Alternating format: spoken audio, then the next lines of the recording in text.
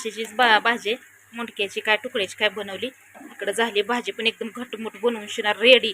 आता फक्त मकाच्या भाकरी करायच्या. तर इकडं पण ही झालंय तळून शिना पीस एकदम मस्त मध्ये कडंग एकदम बारका असल्यामुळे एकदम चांगलं तळून निघतात, भाजून निघतात. लेकरं खाते ती एकदम चवीनं आनंदानं. इकडं आहे ती लेकरं. आज बघा संध्याकाळच्या स्वयंपाकात कशाचा दणका आहे कशाचा नाही तुम्हाला व्यवस्थित दाखवते. आजला इच्छा होती लेकरांची ही पाहिजेलच म्हणून शिना. इकत म्हणत होती मी म्हणलं इकत नका खायला, घरी आपल्याला येतंय बनवायला, तुम्हाला घरी बनवून देते म्हणलं काय असेल ते.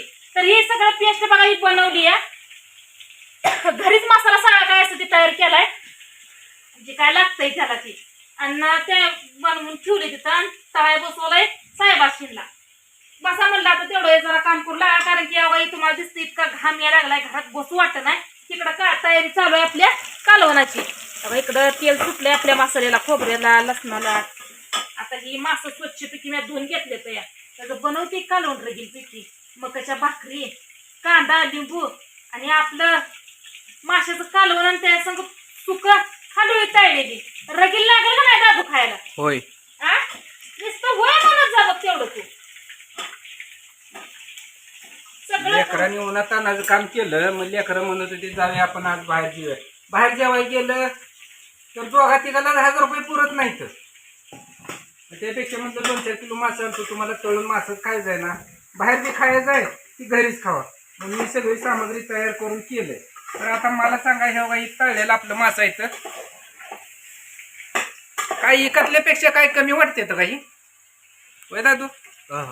कसं बसते ते अजून असं तळलं तुम्हाला एकदम कडक पाकी करून दिलं, कुठं काटा नाही लागला, गरम गरम खाल्लं गवारी शेंग काय पाहिजे अजून. मग काय तर बघा कसलं व्हायला लागलं. काढा की त्याच्यावर जाहऱ्या काढा जरा कडक होऊ द्या. जाऱ्या काढल्यावर कडक होते तर जाऱ्या ठेवल्यावर नरम राहते. तर तेलात भाजाय करता त्याच्यावर वर वज ठेवलं होतं आणि पहिल्यांदा तेल गरम जरा कमी झालं होतं म्हणून बारकं बारकं पीस सोडले. तर त्यात तुम्हाला दिसतंय त्यातनं चिळून चिळून बारकं पीस टाकलं होतं. पीठ घरी तयार केलंय की मी. अगं घरीच तयार केलंय पण त्या पिठातच सगळं टाकलेलं आहे ना. आपण काय बाकीचं टाकलंय का? काय देखील नाही.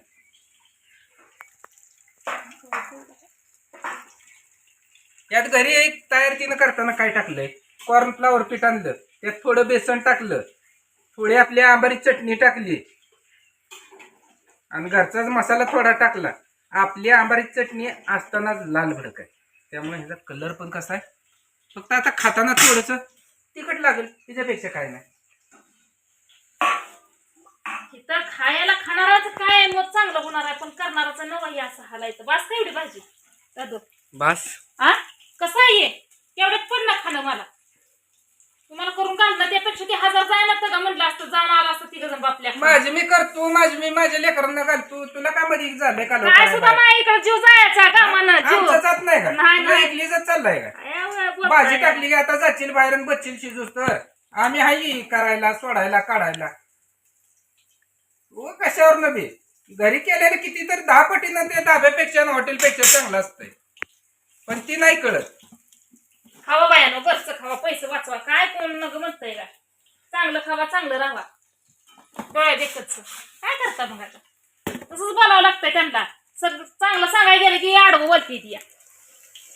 काय आडवं बोलायचंय आणि गरज तर काय आहे? काय सुद्धा नाही बघा गरज. एवढी पाठीवर हाय तळून त्या कृष्णा घाला. मला काय वाद घालत बसू नका. होय ना गो? होय. नाही होयला होय म्हणायचं आणि चालत राहायचं. आपण बोलत गेलं की सारखं आडवं फांद्या लागत जाते त्यापेक्षा होय होय होय म्हणत जायचं.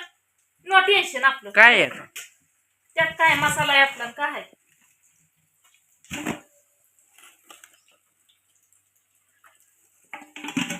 दादू ती मागलं भांडे घे.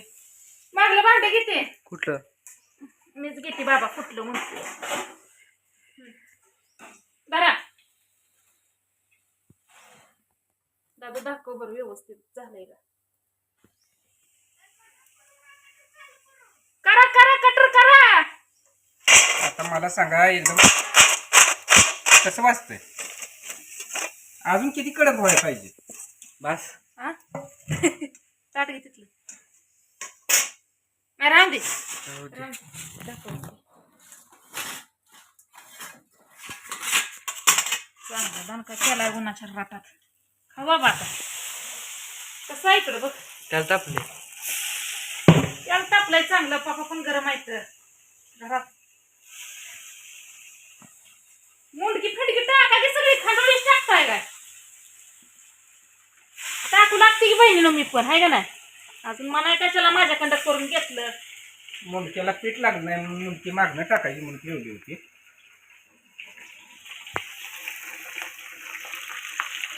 आलाय कडर झाली आहे भाजी चांगली. वरण तर दिसते भाजी चांगली. होय. ओ बापू, बघा खाऊन शिनाकच झाले कसं नाही. पंखा लाव तिकडं. आमचा जीव चालला इकडं. लावायचा मग त्याला तिकडे जीव तसा. मग काय तर मुकारात लागेल. बाहेर करायचं तर बाहेर वारं सुटलंय तसलं. द्या द्या द्या. तर आपण बघूया ही मासा कसा झालाय.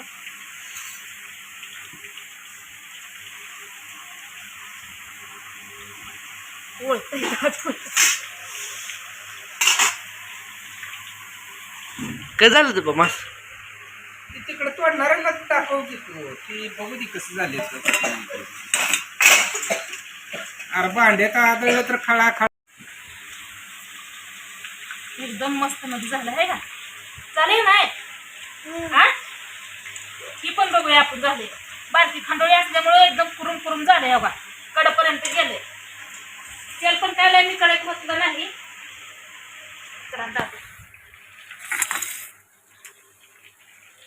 तेल पण काय लय घेतलं नाही बरं. कडे थोडंच घेतलंय. इकडं आपली हवाई भाजी अशी झाली एकदम मस्त मध्ये. आजचा बेत तर एकदम चांगल्या पद्धतीत झालाय. इकडं सुखानं खाऊ दिलं म्हणजे बस झालं. होय दादू बाया खावा गे. तुम्हाला कोण नका म्हणलंय का सुकानं. टाकू मग दुपारी भरणी कुठायची ती इकडे. धरा गे. लय बोलता व तुम्ही वाईट. जाऊ द्या तिकडे. त्यांच्या नका नादी लागायला. बघा मासे एकदम आपलं मस्त मध्ये लागले ते भाजत निघायला. इकडे गॅस पण चालू आहे. बारीक गॅस आहे.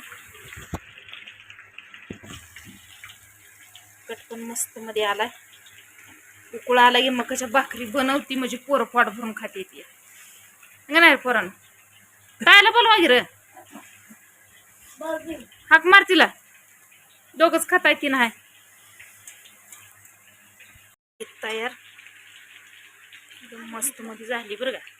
माशाची भाजी आपली.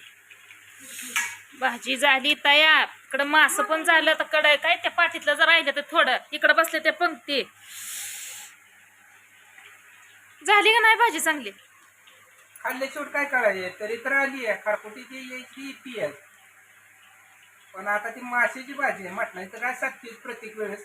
माशाची बी साधते. पण आता काढान पेले शेवट कशी टेस्ट. ती बघा भाजी पण बनवून शिना इकडं. मटणाची नाही आपली माशाचीच भाजी. मुंडक्याची काय तुकड्याची काय बनवली. इकडं झाली भाजी पण एकदम घटमुट बनवून शिना रेडी. आता फक्त मकाच्या भाकरी करायच्या. तर इकडं पण ही झालंय तळून शिना. पीस एकदम मस्त मध्ये कडंग एकदम बारका असल्यामुळे एकदम चांगलं तळून निघतात आहे. भाजून निघतात आहे. लेकरं खाते ती एकदम चवीनं आनंदानं. इकडं आहे ती लेकरं. तुम्ही पण घ्या खाऊन शिना. मी सोडते आता. घ्या गरम गरम घ्या खाऊन शिना. झाली भाजी बरोबर खायला. खावा एक तुकडं नुसतं. हा हा तळलेलं होय. हा मला वाटलं मास पिस आता ती कडा फेडा ते देते काही म्हणलं कशा बरोबर काय. मग कशी भाकर आहे का इथं एक. काय एवढी एवढी विचार करते पण बायको विचार करत नाही. बायकोने विचार केला म्हणून तर हे लागलाय ना का खायला. हवा इकडे एकदम चांगलं चुंगलं. बायको या भावची आहे म्हणून मिळतंय चांगलं चुंगलं खायला. बायको या भावची नसते ना मग कायच मिळलं नसतं चांगलं चुंगलं खायला.